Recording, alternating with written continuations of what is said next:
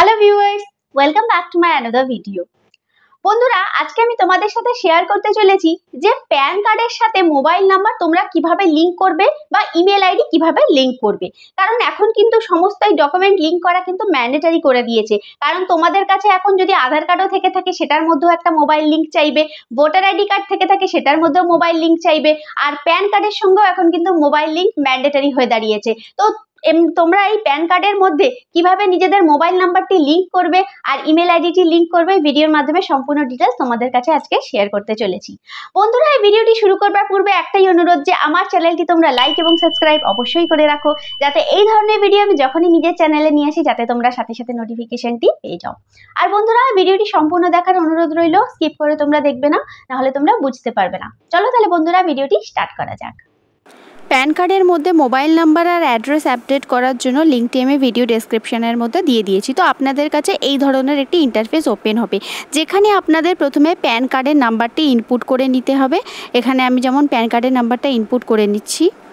তারপর এখানে আমাদেরকে ইনপুট করতে হবে নিজেদের আধার কার্ডের নাম্বার।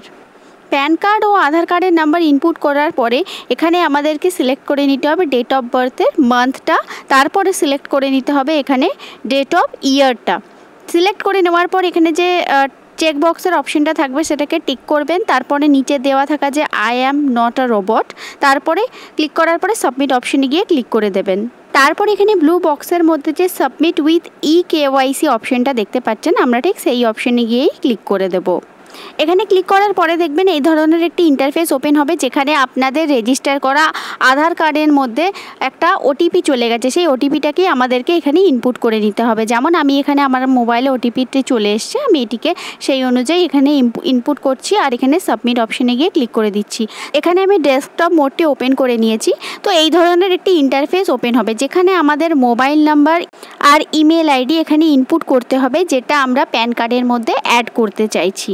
তারপরে এখানে দেখবেন যে do you want to update your mobile number on PAN card, ঠিক আছে। এখানে ইমেল আইডি আর মোবাইল নাম্বারটাকে চাইছেন, তো সেখানে ইয়েস অপশানটাকে সিলেক্ট করে নেবেন।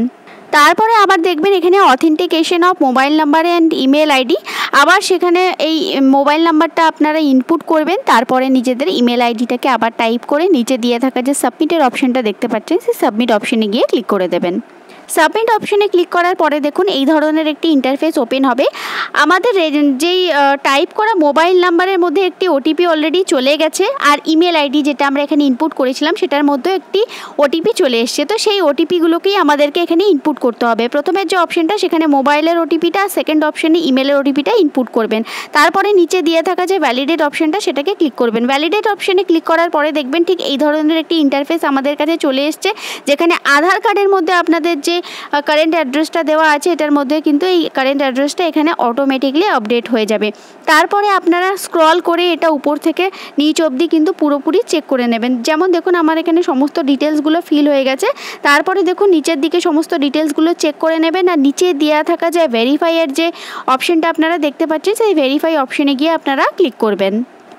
ভেরিফাই অপশানে ক্লিক করার পরে দেখবেন এখানে রিকোয়েস্ট ফর অ্যাড্রেস আপডেটের অপশান আপনারা পেয়ে গেছেন। তারপরে নিচে দেওয়া থাকা যে জেনারেট অ্যান্ড সেভ প্রিন্ট এই অপশানটাতে আপনারা ক্লিক করবেন।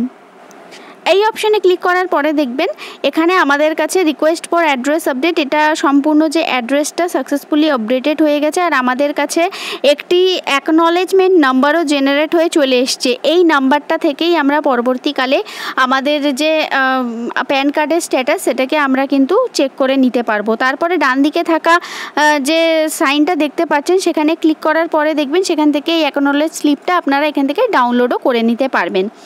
তো আমি আরেকটা দেখিয়ে দিচ্ছি, আমার ইমেল আইডির মধ্যেও আমার কাছে একটি ইমেল অলরেডি চলে এসছে প্যান কার্ডের তরফ থেকে। সেই ইমেল আইডিটাও দেখো তোমাদেরকে দেখিয়ে দিচ্ছি, আর নিচের দিকে দেখা যে PDF-এর অপশনটা দেখতে পাচ্ছ সেটার থেকেও ডাউনলোড করে তোমরা অ্যাকনলেজমেন্ট স্লিপটাকে এখান থেকেও তোমরা ডাউনলোড করে নিতে পারবে। এবারে আমি দেখিয়ে দিচ্ছি যে কিভাবে তোমরা স্লিপটাকে ডাউনলোড করবে। আমি এখানে একটি সাইট থেকে এই পেজটাকে ওপেন করেছি, আর এই সাইটের লিঙ্কটা আমি আমার ডেসক্রিপশন বক্সের মধ্যে দিয়ে দেবো, যাতে তোমরা নিজেদের প্যান কার্ডের যেটা স্ট্যাটাস সেটা যাতে চেক করে নিতে পারো। এটা কিন্তু অ্যাপ্লিকেশন সাবমিট করা 2-3 দিন পরের থেকে তোমরা চেক করবে, না হলে কিন্তু রেকর্ড নট ফাউন্ড তোমরা এখানে কিন্তু দেখতে পাবে।